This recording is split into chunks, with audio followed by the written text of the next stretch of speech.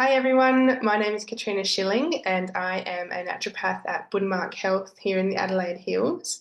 And today I'm going to be chatting to Amy. This is Amy Frankel, everyone, and she is a naturopath at Budmark Health as well.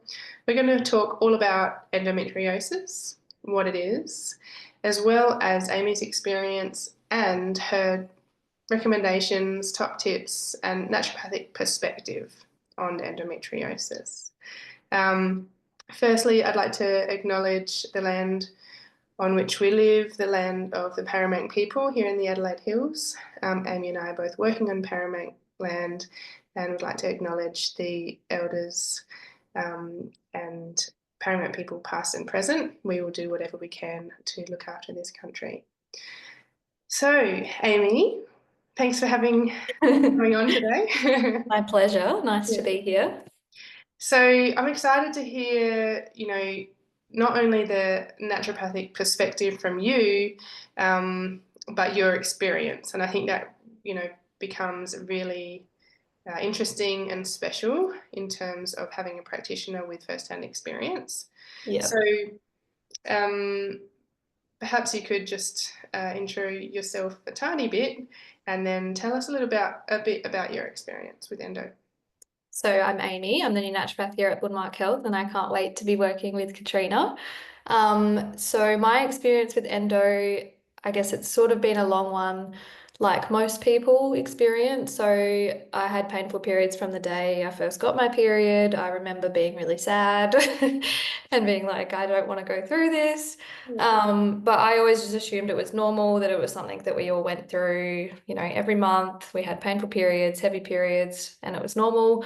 It wasn't until I was in my later teens where I was crying on the toilet one day and my mum said, "This is not normal."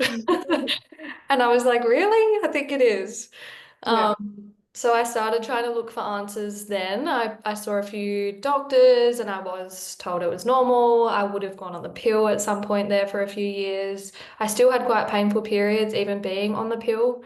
Um, and then I came off the pill when I was about 21. Um, and again, my periods came back pretty soon and they were pretty painful. So I started, I guess trying to understand what it was. If it's not normal, what about me is so different that I'm experiencing it. Yeah. Then you start having those thoughts of, maybe I'm just really sensitive and maybe, everyone else Yeah. is going through this, but I'm just being dramatic. Yeah, It's because you've been very told real. it's normal. Yeah. Yeah, for sure. And then I was recommended a great GP here in the hills, and I had an amazing experience, very validating, which is not something that we get used to when we're, told it's normal, your pain's fine. So yeah, had a really great experience. And then I was referred to a gynecologist in the hills too, and had a pretty good experience, had just immediately validated, like she was pretty sure that I had endometriosis from our first appointment, which Mm. like that it's such a weird thing because you don't want to have this condition. But then when someone is validating that your pain, there's a reason for it, you immediately feel better. Um, so yeah, about probably 12 months after my first appointment, I was on the wait list for surgery. So I had a laparoscopy, which is where they found it and removed it. And yeah, that's sort of a Yeah. story of. Definitely a rocky start, feeling like you're second guessing yourself, being told that it's okay, which it didn't feel okay, clearly. Yeah. And then I'm so glad that you were able to find the right practitioners for you. So I guess steering a little bit towards your the professional side or Mm-hmm. perspective from you. Can you Yeah. tell us a little bit about what it is and the drivers of Yeah. So endometriosis is a hormonal driven inflammatory condition. So it's where tissue similar to the lining of the uterus grows outside the uterus. So often we can see it in ovaries, fallopian tubes, the bladder, the bowel, and other areas. It's even been found in the lungs. So there are a lot of drivers of endo. So we'll just look at the key drivers. So inflammation and immune dysregulation are central in endometriosis. So Research shows that those with endo often have elevated pro-inflammatory cytokines. So this increases the prostaglandins, which therefore drives inflammation and pain. And what's really interesting is that there's more and more research linking endometriosis to have autoimmune-like mechanisms. Yeah. So because the immune system becomes dysregulated, it allows this endometrial-like tissue to grow and survive rather than clearing it effectively. So there's definitely more and more, research and studies being thrown in this area, which is great to see because it's not just, one factor, there's not one cure, there's so many things that are Yeah. working together in a bad way. Yeah. Yeah. Um, Hormonal factors are obviously a huge part of endometriosis. Often we'll see things like excess estrogen, which this also stimulates the growth of the lesions, endometrial-like lesions. So sometimes these symptoms look like mood changes, PMS, you can get back pain, leg pain, you might get headaches, you might have fluid retention, you might get the classic breast tenderness, the painful heavy periods. But obviously, this isn't like a one size fits all for these symptoms. Like some people can have all of these, some people might have none, and they might still have the excess estrogen. So Yes. it just varies. Yeah. And severity doesn't equate to pain, does it? So there are stages Yeah, for sure. of endo. For sure. Yeah. And then with that hormonal factor, having poor like liver detoxification pathways can exacerbate this because it's not Yeah. clearing the estrogen adequately. So that's impairing phase 1 and phase 2 liver pathways. And then if estrogen isn't being cleared and broken down, then obviously that builds it up and that'll drive, it will or will not drive these symptoms further. Yeah. Yeah, definitely a lot of hormonal factors Big involved in component, a endo. huge component. Yeah, the Yeah. hormonal side. And like you mentioned, so endo is kind of almost classified as an immune condition, but we know that the hormonal drivers are like so key. Yeah, for sure. Yeah. For Okay. sure. Yeah. Um, I feel like a key thing in a lot of conditions or whatever is gut health. Yeah. That plays a Um, role too. so it is crucial in endometriosis. And as I said before, it can be found on the bowel. So, having those, whether it's cyclical or whatever it is, having gut changes throughout, it makes sense, like if you've got the lesions growing on your bowel, then obviously you're going to have disturbed gut function, whether it's constipation or diarrhea or pain, it is very often seen and it's often diagnosed as IBS before endo's diagnosed, So dysbiosis and intestinal permeability are obviously increasing systemic inflammation and impacting the immune system. So it's all this big cycle. With endo patients, they have done studies and found lower levels of beneficial bacteria. There's often an overgrowth of the gram-negative bacteria and increased beta-glucuronidase. This enzyme is what deconjugates estrogen. So Okay. having this means that you'll have the reabsorption of estrogen in the gut, which is contributing to that hormonal imbalance that we talked about earlier, having the excess estrogen in the body. So yeah, dysbiosis is definitely very And common in endo. yeah, Patients. dysbiosis being a imbalance, right, in Yeah, bacteria or other yeah, microbes in your gut. So yeah, everyone's got a different gut microbiome diversity anyway, but yeah, definitely, or maybe lack of diversity and yeah, balance in particularly the lactobacillus is what we don't want, I yeah, guess. Yeah, yeah, and it's playing a yeah. role in this Low immune. beneficial and then lots of the opportunistic pathogens that we don't want. Yeah, the ones that come Um, and take up the real estate when there's space. Just click. yeah, Yeah. Okay. Yeah. yeah. So then if you've got like, constipation, um, which a lot of people might have, then that's also going hand in hand with the hormonal side of things because it's not helping to clear the estrogen. Yeah. Yeah. So, fiber is crucial here, along with making sure you've got enough water Yeah. to help with the fiber For increasing. sure. But yeah, fiber is essential for that elimination and reducing the recirculation of estrogen. Yeah, So yeah. yeah, definitely fiber is good for Is the that one gut of health. your top tips, or have we got another Oh, I've driver? got a few more. Oh, there's more drivers.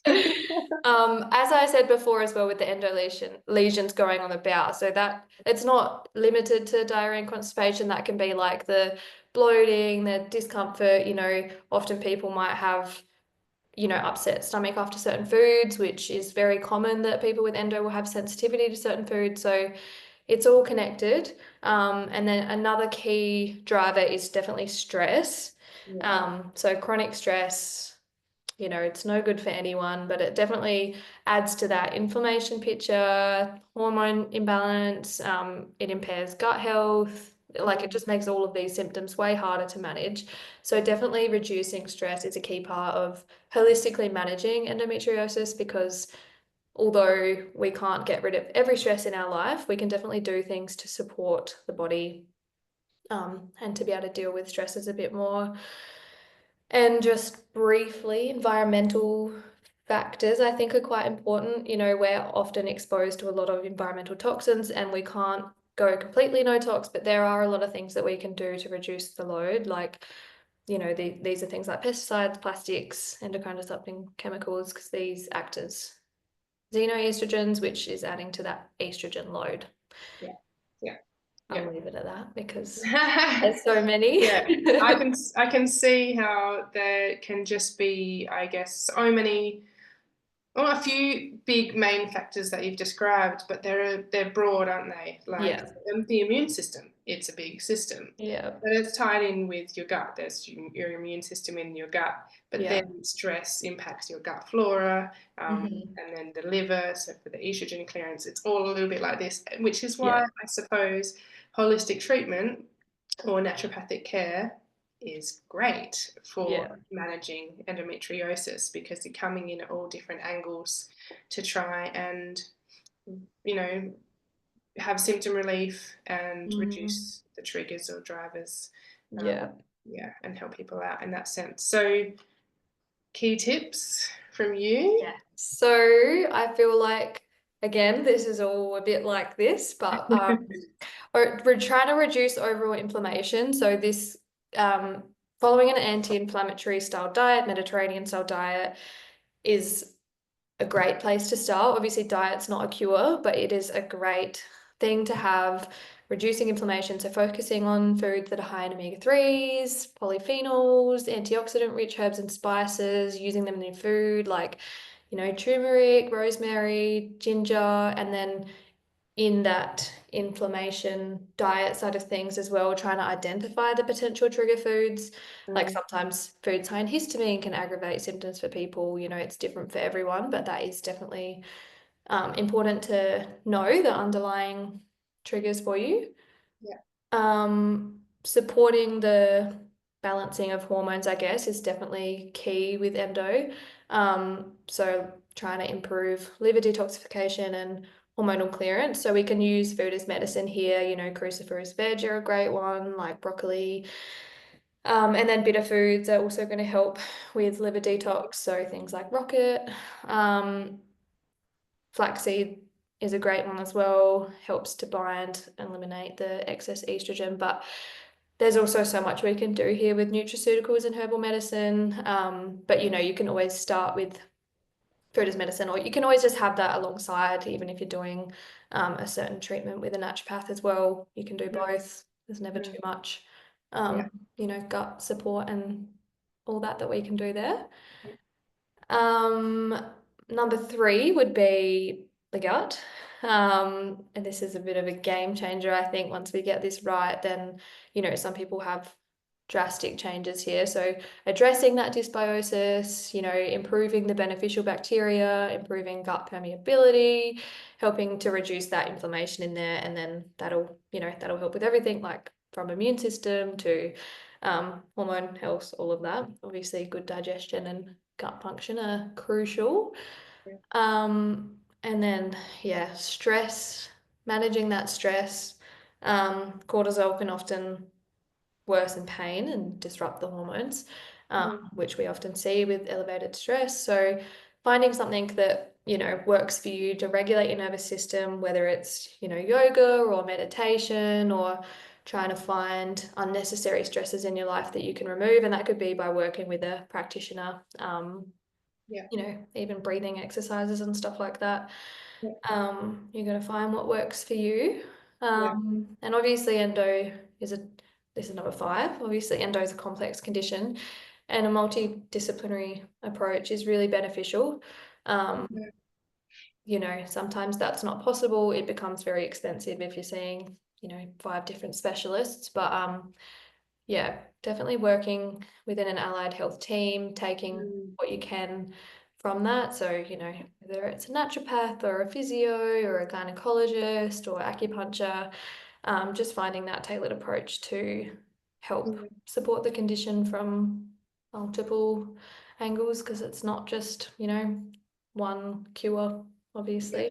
Yeah, absolutely. Definitely from what you've just described in terms of the drivers being such a systemic, condition, and there being so many body systems involved, the Mm. immune system, the endocrine system for sure, and the nervous system are being Yeah. evident there. And I guess like I'd like to point out that for stress management, like your beautiful herbs can be so Mm. at either like helping with the pain, reducing the pain, but also calming the nervous system. Such Yeah. an amazing tool, the herbal Mm. medicine. Yeah. Being adapt to the external. Yeah, exactly. Yeah, and bringing those cortisol and adrenaline levels down, that can Yeah. drive some of these unwanted symptoms. Amazing. Thank you so much, Amy. That was like a lot of info really pretty quickly, and you know your stuff when it comes to endo, and you've got that first-hand experience. And I guess, like you said, having multiple practitioners is always good. Can usually be good. A naturopathic plan, treatment practitioner, whatever, I think is an amazing thing to have on hand, considering that, like you've described, the holistic approach is so key. So anyone would be lucky, I think, to come and have your help with this condition or anything similar, of course. Yeah. But again, thank you so much. My pleasure. See you soon. Bye.